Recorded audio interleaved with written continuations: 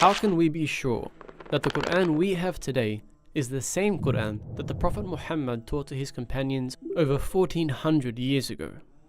This question is central to the legitimacy of the religion of Islam, and to answer it, we need to know how the Qur'an was given to the Prophet, preserved by his companions, and then distributed around the Muslim world. This is a story of language, history, and the commitment of an entire civilization to preserving the words of God. According to the Muslim understanding, the Qur'an was revealed to the Prophet Muhammad over 23 years, from the age of 40 to his death at the age of 63. Over those 23 years, he received the revelation from God in a number of ways. Most commonly, it was spoken to him directly by the angel Gabriel, but at other times, it came during his dreams, and on a number of occasions, it even came to him directly from God, and he experienced this as the sound of a heavy bell, after which the words of the revelation were made clear to him. Throughout those 23 years, the Prophet endeavored to share the revelation with those around him as soon as it came. He did this verbally, as he couldn't read or write, but he strongly encouraged others around him to write down the revelation, as well as memorize it. This was the basis of how Muslims believe the Qur'an became preserved, not purely through written or oral means, but with both strengthening the other. The companions around him constantly strove to memorize these verses, with many eventually memorizing the entire book, and they simultaneously wrote them down on whatever materials they had around them, from parchment to bone to wood and stone.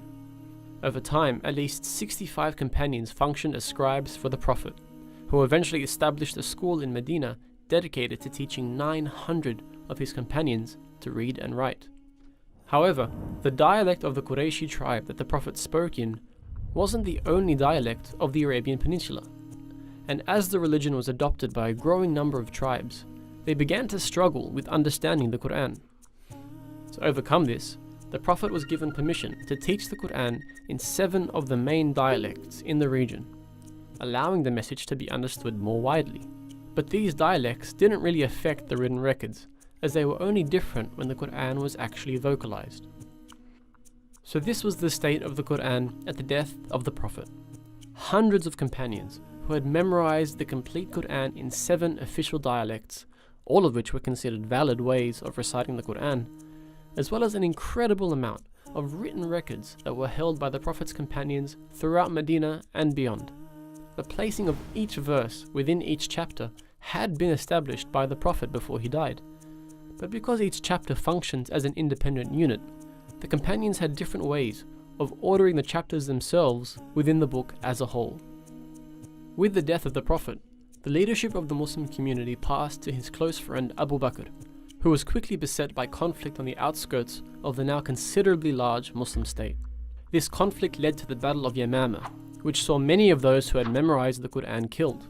Many of these memorizers, known as Hufadh, did survive, but it highlighted the critical issue of preserving the entirety of the Qur'an, which was in danger if all of them were killed. Abu Bakr decided to appoint Zayd ibn Thabit to compile all of the written verses of the Qur'an into one collection, using only those verses which had been written in the presence of the Prophet himself. These manuscripts would then be verified by those who had memorized the entire Qur'an at the hands of the Prophet. This was where the important concept of tawatur, or multiply attested sources, came into play. In order to be 100% sure that a verse of the Qur'an was in fact a verse of the Qur'an, it needed to have multiple independent chains of transmission from different memorizers of the Qur'an.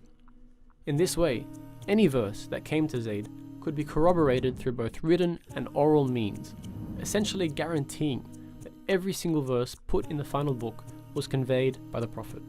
Once this had been completed by Zayd, he penned the completed text, which became known as the Suhuf, and gave it to Abu Bakr. This was now the official text of the Qur'an. With the death of Abu Bakr, it was given first to Umar, and then to Hafsa, the widow of the Prophet, when Umar passed away. Throughout this time, the religion had spread incredibly rapidly, now reaching from Libya in the west to Khurasan in the east. With this influx of non-Arabs who had embraced Islam, those 7 official dialects began to cause some issues. Variant readings were beginning to crop up, and in order to stamp out the issue, The then Caliph Uthman decided that the original Qurayshi dialect would have to become the official reading of the Qur'an. He appointed a committee of 12 companions to essentially repeat the process of Zayd ibn Thabit, gathering all of those primary sources, rectifying any differences, and confirming them with those who had memorized the text orally. Once this had been completed, he sent for the original Suhuf, which was still being held by Hafsa, and compared the two collections for any differences. Once completed, this final copy was read out to Uthman and the companions, who all agreed upon its accuracy, and they decided to burn the original sources in order to avoid any future divergence with the text. Now this text is referred to as the Uthmani Mus'haf, and it was the first written Qur'an to be sent throughout the Muslim world with accompanying reciters. It's considered to be exactly the same as the Qur'an we read today, with only one pretty big difference. It didn't include any skeletal or diacritical marks, which are essential in differentiating different words which otherwise look exactly the same. For example, this is the word for elephant, fil, and this is the verb to kiss something, qabbal. However, when you remove the markings, they both look exactly the same. This was how the Mus'haf was written. Now, whilst these diacritical marks weren't invented until 30 years after the death of Uthman, these markings, what are called skeletal dots, were known to the Arabs at the time of Uthman. But he must have intentionally decided not to include them in his original Mus'haf. Now, whilst we don't really know why, one possible reason is that he wanted to ensure that the Qur'an would always be taught and preserved through both written and oral methods. And that's where those official reciters who were sent out with copies of the Mus'haf came into play. Without these official teachers guiding them, students who studied the Qur'an wouldn't actually be able to read the text. But with both the written text and an official reciter, the Qur'an was now completely standardized and able to be transmitted across the Muslim world. Over time, however, the usefulness of this approach began to diminish, and within the Caliphate of Uthman, these skeletal dots began to be used in new copies of the Mus'haf, and this quickly became the standard for all personal copies of the Qur'an. So apart from the development of new calligraphy styles and publishing methods, every Qur'an from then until today has been exactly the same, and every Hafidh of the Qur'an has learned the exact same book by heart. That is a 1400-year mutawatir chain of people who learnt the same book from their teachers and taught the same book to their students, which is why until this very day we can open up a copy of the Qur'an and know with confidence that this is the same special book that was taught by the Prophet himself.